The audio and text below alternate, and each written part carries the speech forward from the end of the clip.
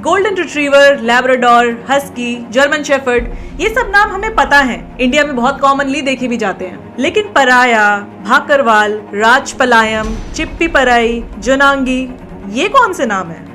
ये सब Indian dog breeds के नाम है जिसके बारे में शायद ही आपको पता होगा या आपने सुना होगा, क्योंकि इतना कॉमन नहीं है इनके बारे में जानना।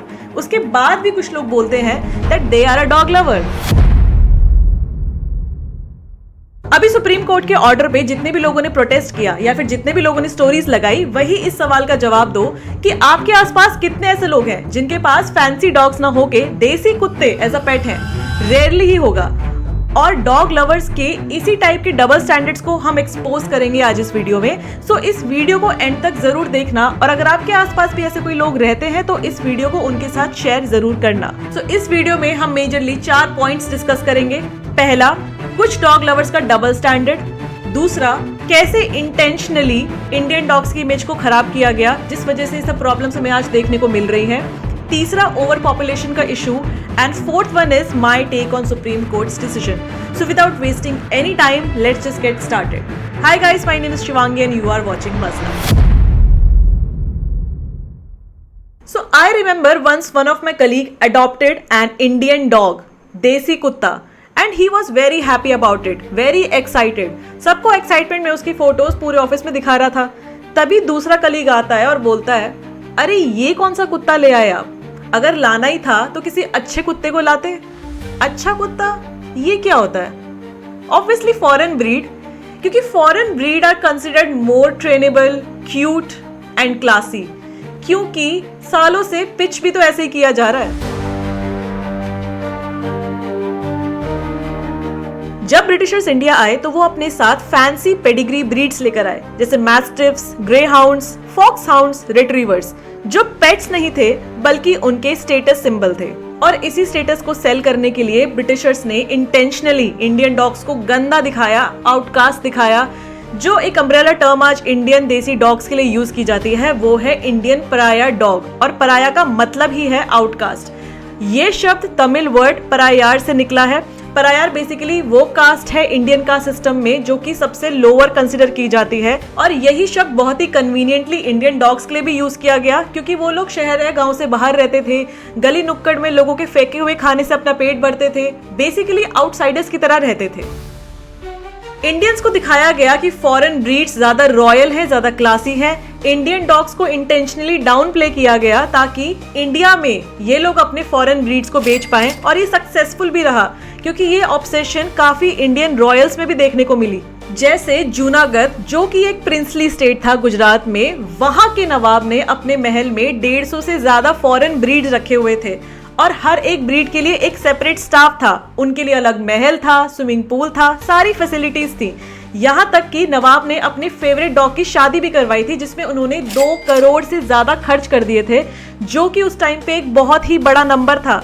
और ये फेमस भी इसलिए हुए थे क्योंकि जब पार्टीशन के टाइम पे जूनागढ़ इंडिया में मर्ज हो रहा था और नवाब पाकिस्तान ज्वाइन करना चाहते थे, तो नवाब पाकिस्तान भाग गए अपने सारे के सारे कुत्तों को लेके। इतना ज्यादा प्यार था, बीवी बच्चों को यहाँ छोड़ दिया, कुत्तों को लेके पाकिस्तान चले गए।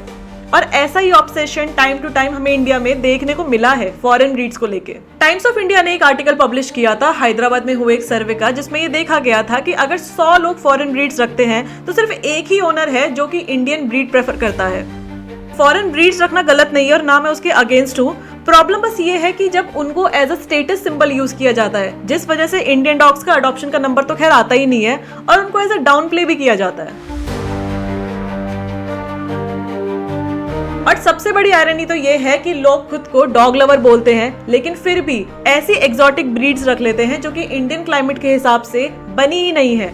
Exotic breeds tick fever, heat stroke, diarrhoea, इन सब चीजों के लिए प्रोन होती हैं, और कई बार इनमें इन्फेक्शंस के चांसेस भी ज्यादा होते हैं, क्योंकि इन्हें बेचने के चक्कर में इन्हें इनकी माँ से बहुत जल्दी अलग भी कर दिया जाता है। पीटा इंडिया से शौर्य अग्रवाल कहते हैं कि फॉरेन पेट्स इलीगल ब्रीडिंग और इंडियन क्लाइमेट की वजह से हेल्थ इश्यूज डेवलप कर लेते हैं, और अक्सर उनकी डेथ भी जल्दी हो जाती है।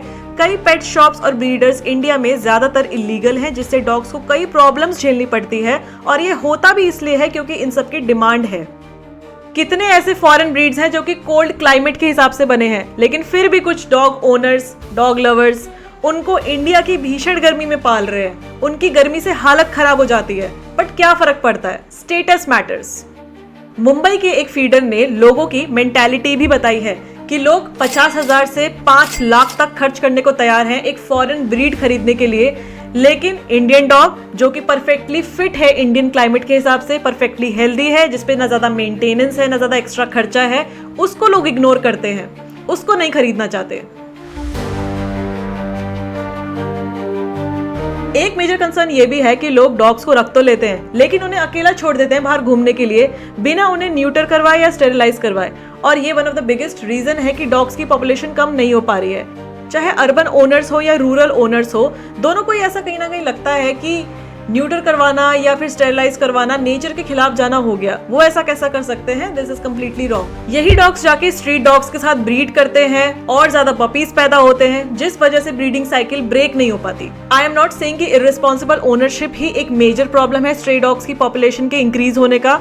गवर्नमेंट के एंड पे भी काफी सारे मिसेस हैं, जैसे स्टरलाइजेशन प्रोग्राम्स इनसफिशिएंट रहे हैं, कचरा और फूड वेस्ट का मैनेजमेंट ठीक से नहीं होता जिससे स्ट्रे डॉग्स और बढ़ते हैं, MCD का एनिमल बर्थ और इम्यूनाइजेशन प्रोग्राम का फेलियर होना भी एक बहुत क्रिटिकल मामला है। रिसेंटली जो सुप्रीम कोर्ट ने सभी डॉग्स को शेल्टर में डालने का डिसीजन लिया था उसको मॉडिफाई कर दिया गया है, विच इज गुड, क्योंकि पहले वाला तो प्रैक्टिकल ही नहीं था। अब जो डिसीजन आया है वो ये है कि सभी स्ट्रे डॉग्स को वैक्सीनेशन और स्टरलाइजेशन के बाद उनकी जगह पे रिलीज कर दिया जाएगा। सिर्फ रेबीज और अग्रेसिव डॉग्स को रखा जाएगा। डेजिग्नेटेड फीडिंग स्पेस बनाए जाएंगे। कोई भी रोड्स पर ऐसी कैजुअली डॉग्स को फीड करता हुआ मिला तो उसके अगेंस्ट एक्शन लिया जाएगा। लेकिन designated feeding spot is important क्योंकि इससे काफी चीजें कंट्रोल में आ पाएंगी, जैसे वैक्सीनेशन ड्राइव अच्छे से हो पाएगी, उनको मॉनिटर किया जाएगा अच्छे से, उनको स्टेरिलाइजेशन करवाना इजी रहेगा, तो काफी चीजें इससे इजी हो जाएंगी। And the best part is that if you have adopted a dog, you cannot abandon it, जिससे रिस्पॉन्सिबल डॉग ओनरशिप रहेगी, विच इज वेरी इंपॉर्टेंट। क्योंकि डॉग पॉपुलेशन और रेबीज को कंट्रोल करने के लिए सभी लोग इंडिविजुअल लेवल पे रिस्पॉन्सिबल हैं, फिर चाहे वो गवर्नमेंट हो या फिर हम लोग हो। अब बातें तो बहुत अच्छी हो गई हैं, लेकिन देखना तो ये है कि ये सारी चीजें इम्प्लीमेंट होती भी है या नहीं, क्योंकि पास्ट में ऐसे बहुत सारे प्रोग्राम्स आ चुके हैं और ज्यादातर ये सक्सेसफुल नहीं रहे हैं, अनसक्सेसफुल रहे हैं, क्योंकि चैलेंजेस ही इतने सारे थे। इसलिए सिर्फ नए रूल्स या गाइडलाइंस बना देना ही इम्पोर्टेंट नहीं है, उनका इम्प्लीमेंटेशन भी देखने की बहुत जरूरत है।